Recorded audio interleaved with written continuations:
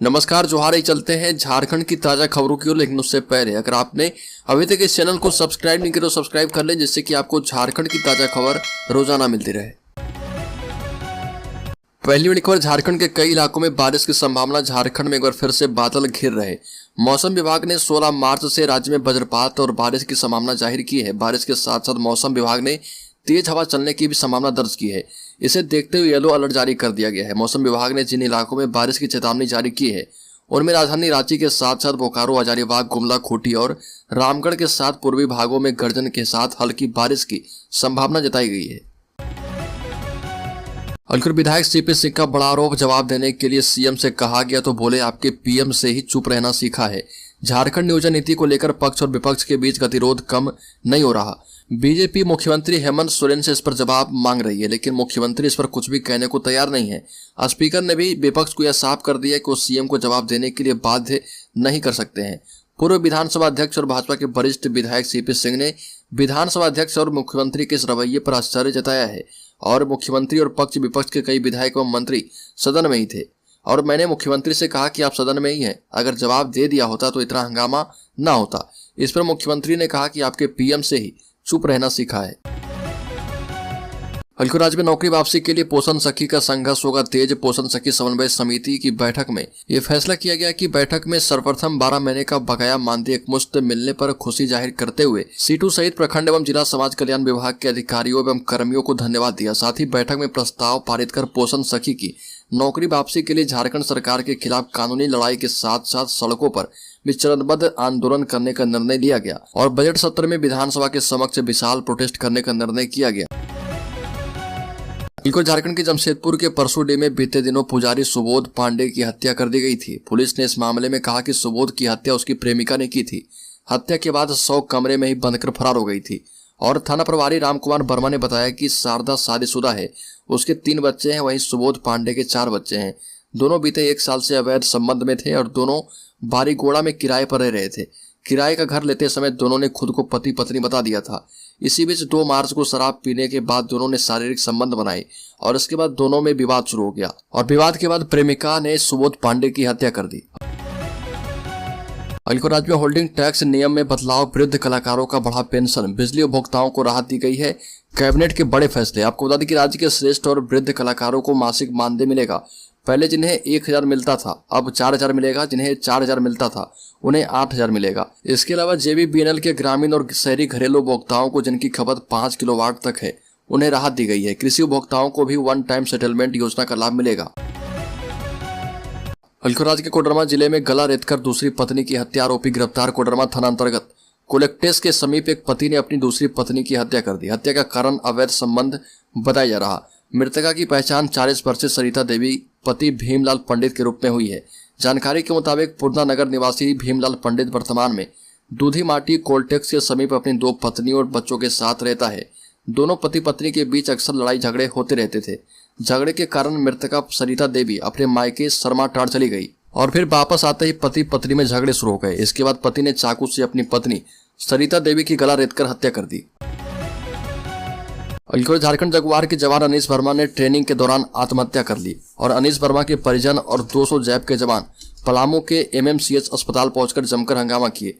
सभी जैप 8 मुख्यालय के डीएसपी पर आत्महत्या के लिए उकसाने और प्रताड़ित करने का आरोप लगाते हुए डीएसपी को सस्पेंड करने की मांग कर रहे थे।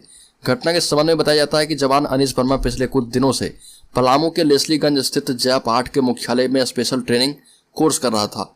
घटना के बाद जवानों में आक्रोश है। जानकारी के मुताबिक जवानों ने जैप 8 के मुख्यालय में तैनात एक डीएसपी पर अनीश वर्मा को प्रताड़ित करने का आरोप लगाया है। जवानों ने बताया कि डीएसपी ने कुछ दिनों पहले जवान को काफी प्रताड़ित किया था, जिसकी वजह से वह तनाव में था। घटना की जानकारी परिजनों को दे दी गई है।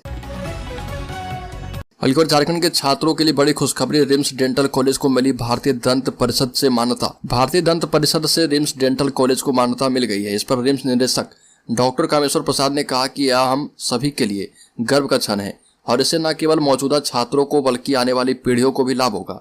मान्यता नहीं होने से हर साल बीडीएस में दाखिले के लिए जहज्जत करनी पड़ती थी, लेकिन अब ऐसा नहीं होगा। अब हर साल डेंटल कॉलेज में नियमित प्रवेश होंगे।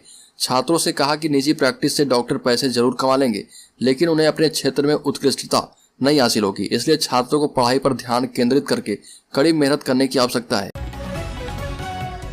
हल्को झारखंड प्रदेश अंगिका समाज ने झारखंड सरकार के द्वारा नियुक्ति रूलबुक से अंगिका भाषा को हटाने को अनुचित बताया गया।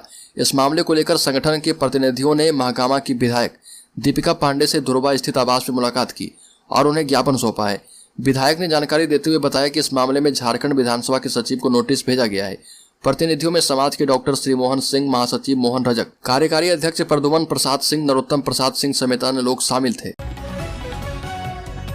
हल्को झारखंड के रांची में एक 15 साल की लड़की को झांसे में रखकर दुष्कर्म और गर्भवती बनाने का मामला सामने आया है।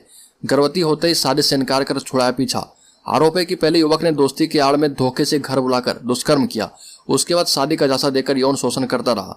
इसी बीच लड़की गर्भवती हो गई और जिसके बाद युवक ने शादी से भी इनकार कर दिया। मामला तोपुदाना ओपी थाना क्षेत्र का है। यहाँ पर रहने वाली 15 साल की लड़की की दोस्ती वीरेंद्र सिंह नामक व्यक्ति से मई 2022 में हुई थी और दोस्ती की आड़ में आरोपी वीरेंद्र ने लड़की को शादी का झांसा देकर लगातार शारीरिक संबंध बनाता रहा। हल्को जेएसएससी ने 144 संस्कृत शिक्षकों की नियुक्ति के लिए की है अनुशंसा। 70 पाए गए आयोग की आपको बता दें कि झारखंड कर्मचारी चयन आयोग ने हाई स्कूल शिक्षक नियुक्ति प्रक्रिया में संस्कृत विषय में शिक्षक नियुक्ति के लिए जिन 144 अभ्यर्थियों की नियुक्ति की अनुशंसा स्कूली शिक्षा एवं साक्षरता विभाग से की थी, उनमें 70 आयोग पाए गए हैं और समीक्षा में कुल अनुशंसित अभ्यर्थियों में से 74 अभ्यर्थियों की नियुक्ति ही संबंधित नियुक्ति रूलबुक से हो पाई है और विभाग ने 70 अभ्यर्थियों की अनुशंसा आयोग को वापस लौटा दिया है। इसके साथ ही विभाग ने संस्कृत विषय में शेष 74 और अन्य विषयों के 11 अभ्यर्थियों की नियुक्ति की अनुशंसा को सही पाते हुए नियुक्ति की प्रक्रिया को 25 मार्च तक पूरा करने का निर्देश संबंधित जिलों के उपायुक्त को दे दिया है। हल्को मंत्री जोवा मांझी ने की समीक्षा बैठक, दिया निर्देश लाभुकों को समय पर मिले योजनाओं का लाभ। मंत्री जोवा मांझी की अध्यक्षता में महिला बाल विकास एवं सामाजिक सुरक्षा विभाग के द्वारा संचालित योजनाओं की समीक्षा की गई और बैठक में 24 जिलों के जिला समाज कल्याण अधिकारी शामिल हुए। जोवा मांझी के द्वारा विभाग की प्रथम ई पत्रिका पोषण धारा का शुभारंभ किया गया। इस पत्रिका का मुख्य उद्देश्य झारखंड के सुदूर एवं दुर्गम क्षेत्रों से कुपोषण के दुष्चक्र से महिलाओं एवं बच्चों को बाहर निकाल लाने के प्रयासों की सक्सेस स्टोरी है और यह पत्रिका क्षेत्र में कार्य करने वाले कर्मियों, सहयोगी, लाभार्थियों, किशोरी बालिकाओं एवं बच्चों को साझा मंच देने का प्रयास किया गया। बैठक में पोषण पखवाड़ा के लिए गुमला जिला को प्रथम स्थान मिलने पर प्रशस्ति पत्र दिया गया। हल्को कांग्रेस के राष्ट्रीय प्रवक्ता गौरव वल्लभ पंत ने मोदी सरकार पर अडानी को बचाने का आरोप लगाया। देश के पैसे को जो लूट रहे उनके घर ईडी और सीबीआई नहीं जाती, लेकिन अडानी पर कोई कार्रवाई नहीं हो रही है। कांग्रेस के राष्ट्रीय प्रवक्ता रांची पहुंचे और उन्होंने कहा कि देश में ऐसा पहली बार हो रहा जब सरकार सदन को चलने नहीं दे रही है, क्योंकि मोदी सरकार को यह पता है कि अडानी को लेकर के जिस तरह से सरकार का रुख रहा है उससे विपक्ष सवाल पूछेगा और सरकार के पास जवाब देने के लिए कुछ है नहीं। यही वजह है कि सरकार खुद सदन को चलने नहीं दे रही है। हल्को राज्य में राष्ट्रीय शिक्षा नीति के तहत स्कूलों में लागू होगी आदर्श दिनचर्या। आपको बता दें कि राज्य सरकार ने राज्य के सभी सरकारी एवं सहायता प्राप्त स्कूलों में नई राष्ट्रीय शिक्षा नीति 2020 के तहत आदर्श दिनचर्या को लागू करने का निर्णय कर लिया है। यह आदर्श दिनचर्या झारखंड शिक्षा परियोजना परिषद के द्वारा तैयार की गई है, जिसे अनिवार्य रूप से लागू कराने के निर्देश सभी जिलों को दिए गए हैं। आदर्श दिनचर्या में योग, शारीरिक स्वास्थ्य की शिक्षा एवं खेलकूद को अनिवार्य किया गया है। आदर्श दिनचर्या के तहत स्कूलों में प्रत्येक कार्य दिवस में सुबह 8:30 बजे लंबी घंटी लगाना सुनिश्चित किया जाएगा। इसी तरह ग्रीष्मकालीन कक्षाओं यानी 1 अप्रैल से 30 जून के समय सुबह 6:30 बजे लंबी घंटी लगाई जाएगी और साथ ही प्रत्येक कक्षा के बाद अनिवार्य रूप से छोटी घंटी लगाई जाएगी। हल्को राज्य में बिना सूचना बिजली कटौती करने पर वितरण कंपनियों को देना होगा उपभोक्ताओं को मुआवजा। राज्य विद्युत निगम आयोग ने स्पष्ट कहा है कि बगैर सूचना की बिजली कटौती पर उपभोक्ता मुआवजे का हकदार होंगे। आयोग ने कहा कि बिजली कटौती होती है तो उपभोक्ता मुआवजे के हकदार हैं और वितरण कंपनियां यदि बिना किसी सूचना की कटौती करती है तो उपभोक्ता को मुआवजा देना पड़ेगा। साथ ही समिति के सदस्य सिलांगाई राज्य की हेमलता उरांव ने कहा कि बिजली वितरण निगम के अधिकारी गाँव में 2 दिन बिताएं और दावा किया कि गाँव में 6 घंटे से ज्यादा बिजली नहीं रहती और इस पर बिजली वितरण निगम के अधिकारियों ने आपत्ति जताई। हल्को झारखंड विधानसभा के बजट सत्र की कार्यवाही एक बार फिर से हंगामेदार रही। भाजपा के साथ आजसू भी हेमंत सरकार को घेरती हुई दिखी।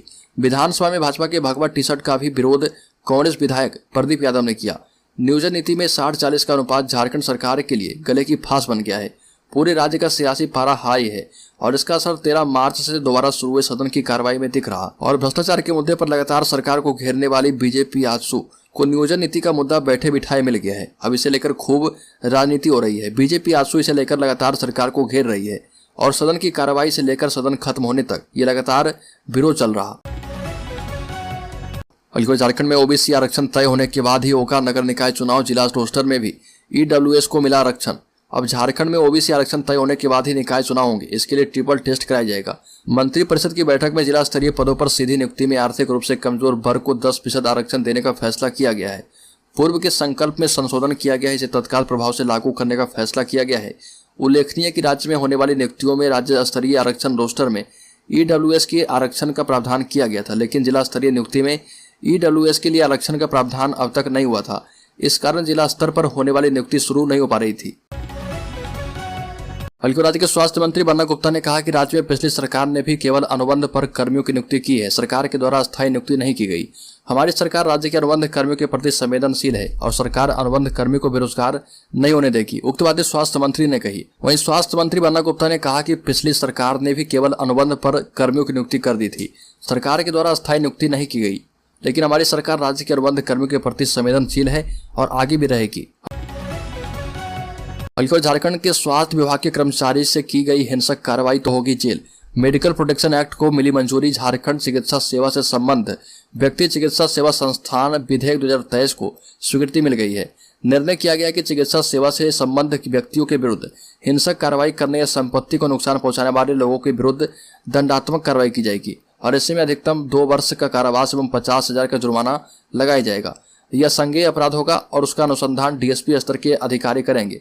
अपराध का विचारण सक्षम स्तर के न्यायालय के द्वारा होगा। निजी चिकित्सा सेवा संस्थान को नुकसान पहुंचाने पर क्षतिपूर्ति भुगतान का भी प्रावधान किया गया है। चिकित्सा एवं चिकित्सा सेवा संस्थान के द्वारा मृत व्यक्ति के शव को बिना रोके परिजन को सौंपना है, जिससे वह अंतिम संस्कार सुनिश्चित कर पाए।